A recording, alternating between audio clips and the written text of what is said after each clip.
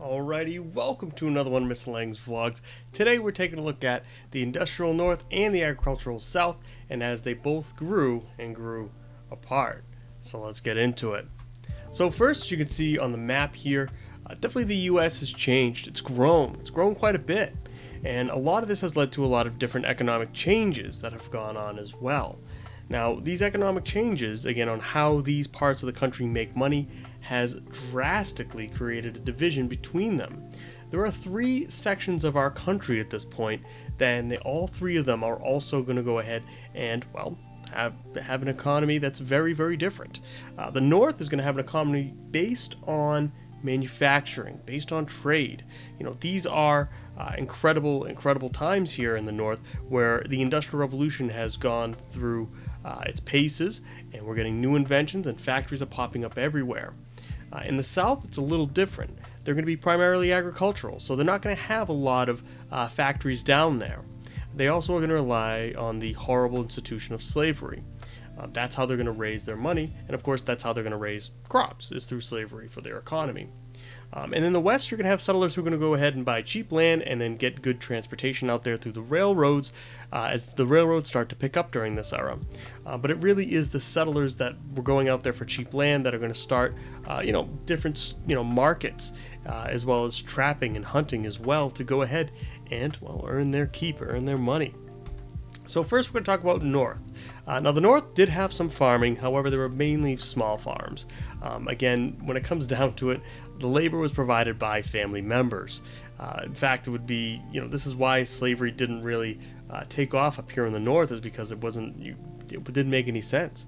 Again, it was very much a subsistence, is what they call it, agriculture. Basically, food and crops and livestock that is mainly for just the family. It's not, maybe you sell a little bit on the side, but it's not going to go ahead and net you your this huge income at all. And this is why slavery is not profitable in the North. Again, we don't have a very long growing season here in the North. Again, we have harsh winters, and by the time you go ahead and you have the ground all hardened and you can't break through it, well, again, that slave is just going to be living in your house. That's why it's not very profitable, because they're not going to be able to make money for the slave owners. So it never took off up here, and of course we're going to see it takes off down south, unfortunately. Up here we have industry. Now, factories first begin here in New England. In fact, really 92% of the nation's industry is going to be here in the North. The first mill is going to be founded by Sam Slater. Again, it's known as Slater Mill. Now, Sam Slater goes ahead and actually memorizes the blueprints to a English factory. Great Britain had already gone through their Industrial Revolution and had fantastic results with factories, but they were very, very strict on not letting those blueprints leave. So Sam Slater memorized all of it, came down into Rhode Island, and creates the first textile mill in the U.S., and is extremely successful. However, he himself is going to have some copycats, because people are going to see what he did and, of course, well, replicate it. Now, Slater Mill is still there today. You can go check it out. It's a museum, which is pretty cool. They're going to produce fabric and shoes as well. That's their main, again, that's what textiles are, which is basically, fabric, shoes, things like that. And this is what really starts the Industrial Revolution. So, to give you an idea, the Industrial Revolution is where you have goods made in factories rather than in homes. There used to be something called the cottage system. You'd have each home actually go ahead and have a part of, say, for example, building a dress. You'd have one home spinning out the yarn, another would go ahead and knit it up, and you'd have someone travel in between. Now it's all under one roof, which is huge. And of course, this is where we have the most wealth in the country. Again, over 75% of the nation's wealth is here in the North. So again, that's huge. Now, Sam Slater really kicked off the textile mills here in New England, but he was not the only one. Let me tell you that for sure. Because factories are going to require workers, and it was someone by the name of Francis Cabot Lowell, again, in Lowell, Massachusetts, as you probably have remembered. Maybe you've heard that before. Again, he's going to go ahead and hire young women called mill girls to be some of the first factory workers in his factory. Now they're going to be paid an hourly wage, and they're going to have strict curfews. In fact, Francis Cabot Lowell would go ahead and actually have them living in a boarding house that's basically right near the factory. And they had strict curfews, especially Monday through Saturday when they worked. Sunday was the day off, though. Now, this is what we call free labor, meaning there's no slaves. It's not free as in, oh, this labor is free, but more so that you can go ahead and you can leave the job. These mill girls could go ahead and leave, and a lot of times they did. These mill girls were oftentimes from farms out in the western part of the state. They'd go ahead, they'd go to the city and go and get the job. They'd work an hourly wage. They'd earn that money, and they'd either go ahead and save it or send it back to the family farm. And what would happen is, on Sundays after church, maybe they'd find Mr. Right, and if they did, well, there you go. See you later. No more mill to get out of the mills, and they would go and marry. It was very common, very, very common, in fact, where they could find a husband in the cities and earn an hourly wage in the meantime. So this is where we really do get that mill girls term is from Francis Cabot Lowell. What's going to happen eventually is not all is well in these factories. Although these women are working very hard in the factories, eventually these factory owners are going to start to get greedy and want to have more profit. So what do? Well, unfortunately, they start to hire, in some cases, kids. In fact, although they were paid an hourly wage, these wages were low overall. And they're going to work long hours, 6 days a week. And these conditions are very dangerous, especially for the children.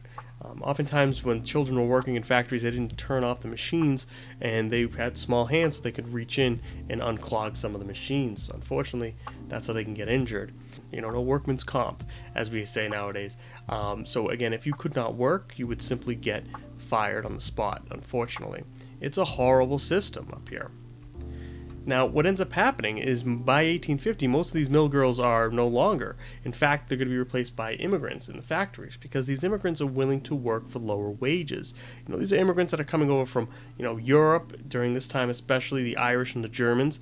The Germans had some really bad government and persecution going on by their government, and the Irish can come over because of the potato famine, so they didn't have the potato to eat, which is their main crop.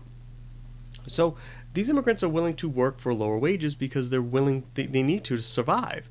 These are people who I couldn't even imagine go ahead and bundle up everything they have and come on over to this United States with sometimes just the clothes on their back. And so they are going to be willing to work for anything in order to survive. This unfortunately creates something we call nativism. Nativism is when you are a native-born American. Not a Native American, though. We're talking like you were born here in the U.S. So, again, not Native American. A nativist is someone born here in the U.S.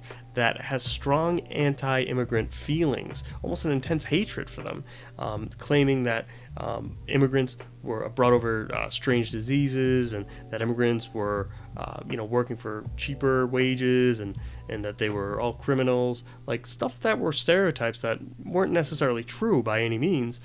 That's what they're going to base this nativism on, which is going to run rampant in this country. Now, how were the cities themselves? Well, factories and workers lived in the cities, and when they did, these cities are going to start to grow. Boston, New York, Philadelphia, St. Louis, Chicago, these cities are going to grow exponentially. They're going to be crowded. In fact, they're going to be urban slums, or more like it. They're often going to live in what we call tenement houses. Tenement houses are, back then there weren't building codes or anything, or health codes. So essentially, when you have a tenement house, oftentimes it was really dark, airless. Many families would live in one room in some cases, and they were very bad conditions. We have 22 million Americans living in the cities at this point. And a lot of this is also because of transportation. People could now get to the cities because at the end of the day, now the railroads and canals and other things are going to be huge. Now, these transportation methods don't just ship people, they also ship goods. Again, goods need to be moved to the market. And so that's where they would use canals, which are essentially man made waterways for ships to carry the cargo. Erie Canal linked the Hudson River with Lake Erie in New York, which was a huge, huge canal then. We have steamboats, railroads. Those are going to be huge. They're going to improve transportation overall. In fact, 75% of America's railroads are going to be here in the north because of the factories. And we're going to see that's going to play a pivotal role when we talk about, well, the Civil War. Now, communication also grows right along with transportation. In fact, the telegraph really helped communication throughout the country. It really was a gigantic leap in communication. Now, it's crazy to think, but the telegraph, which was invented by Samuel Morse, and the Morse code that was used to communicate over the telegraph, changed literally the world.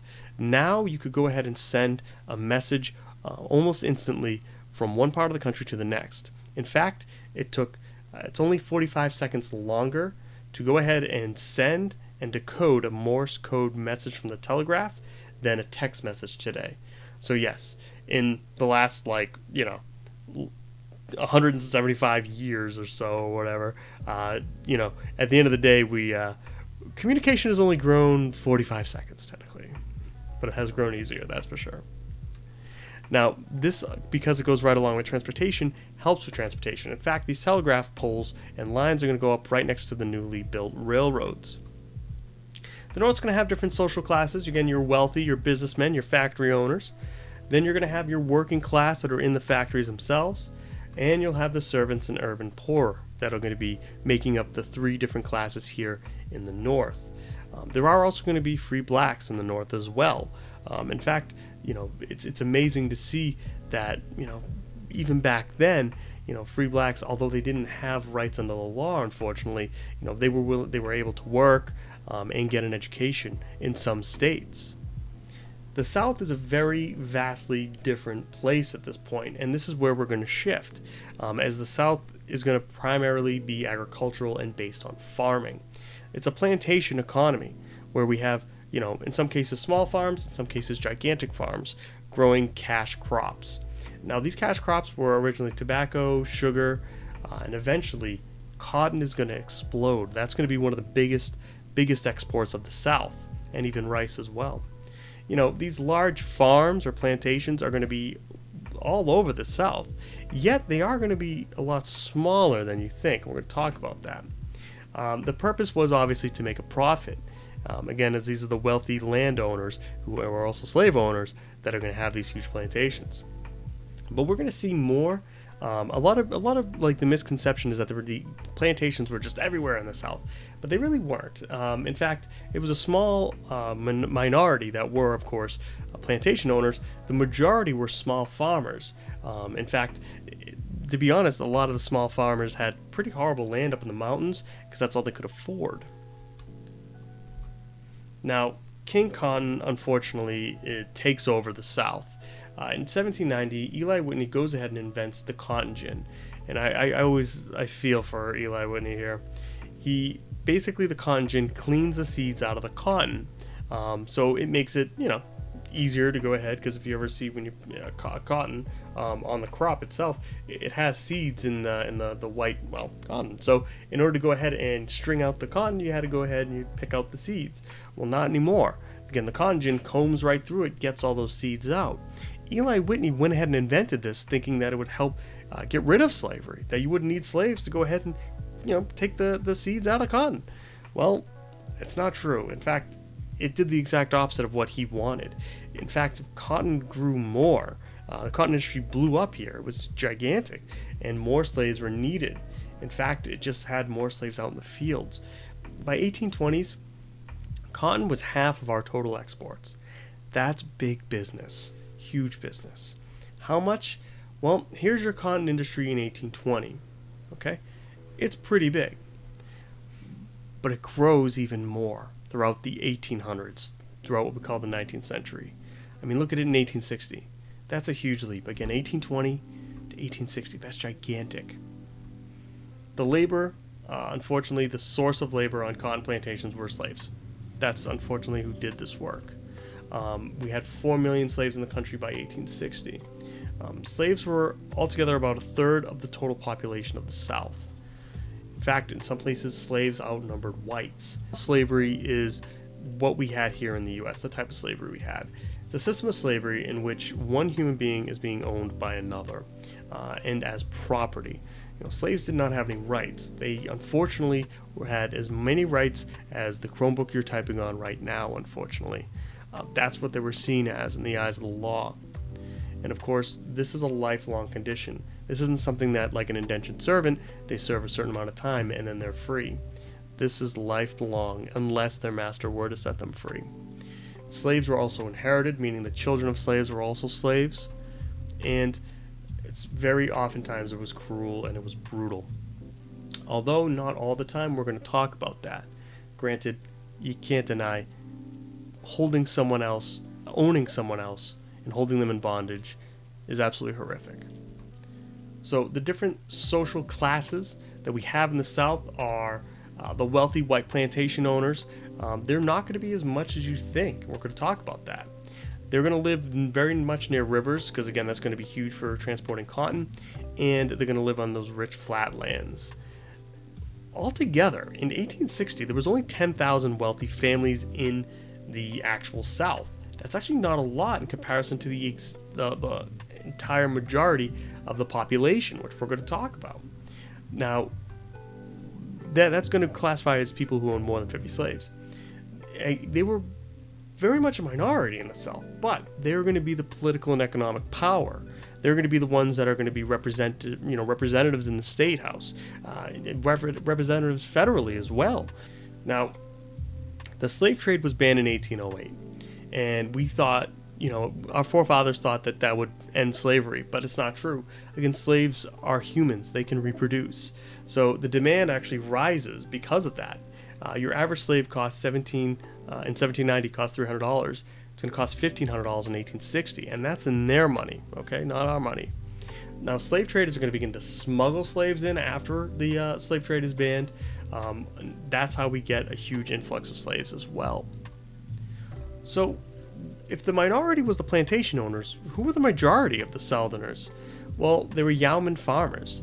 A yeoman farmer, which took up 9 million Southerners, were yeoman farmers. So again, compare that. 10,000 plantation owners, 9 million yeoman farmers. Again, clearly you see who's the majority here, right? And some are going to own slaves. But it's a little different in that they would work on the fields next to the slaves. So again, you'd have, the white owner and his family going ahead and working right along with the slaves. Now, they were normally treated, for the most part, pretty well because they were seen as part of the family, but not all the time. Again, there were very much times that, especially, in a drunken stupor, that we had, whites beat slaves. It's unfortunately a horror that really was in the South for way too long. And this is also, they kind of have a subsistence agriculture as well. They're going to live on the poor land, and they're going to go ahead and they're going to sell what they can make, and they're going to keep some to help them survive. But honestly, it's kind of how they make money, but it's not going to be big. It's not going to be big at all. And of course, unfortunately, slaves are going to be the lowest social class in the South.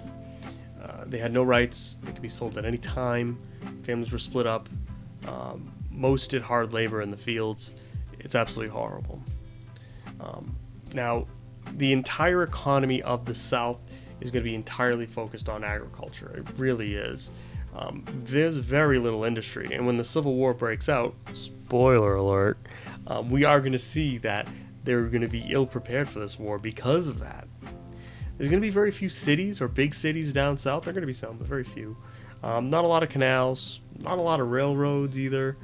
Especially, like I said, when the war breaks out, that's going to be a big thing. And it's overall what we call a rural society. A society where it's just out into the woods and fields and, not really connecting with roads and stuff. It's very, very rural. The opposite of urban, which is cities.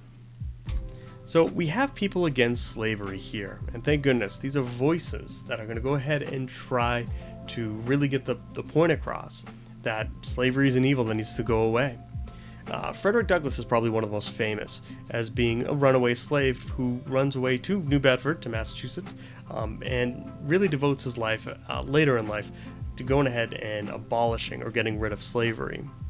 Harriet Tubman, she's amazing. She's going to help runaway slaves.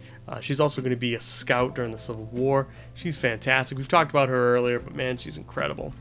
You're going to have like William Lloyd Garrison here, Elizabeth Cady Stanton's husband, who's going to have The Liberator, which is a newspaper that was about getting rid of slavery here in the North. An abolitionist is someone who wants to get rid of slavery, just wants it gone, wants it abolished. And we had a lot of people like that in the North. And you even had some in the South, but it wasn't very prevalent in the South, as we're going to talk about. But hey, we're going to get more into this, so don't worry about that. Ladies and gents, that's what we got for you for today. That is your North and your South. And we're going to talk about the West coming up with Manifest Destiny. All right, thanks for watching, and we'll see you back in the classroom.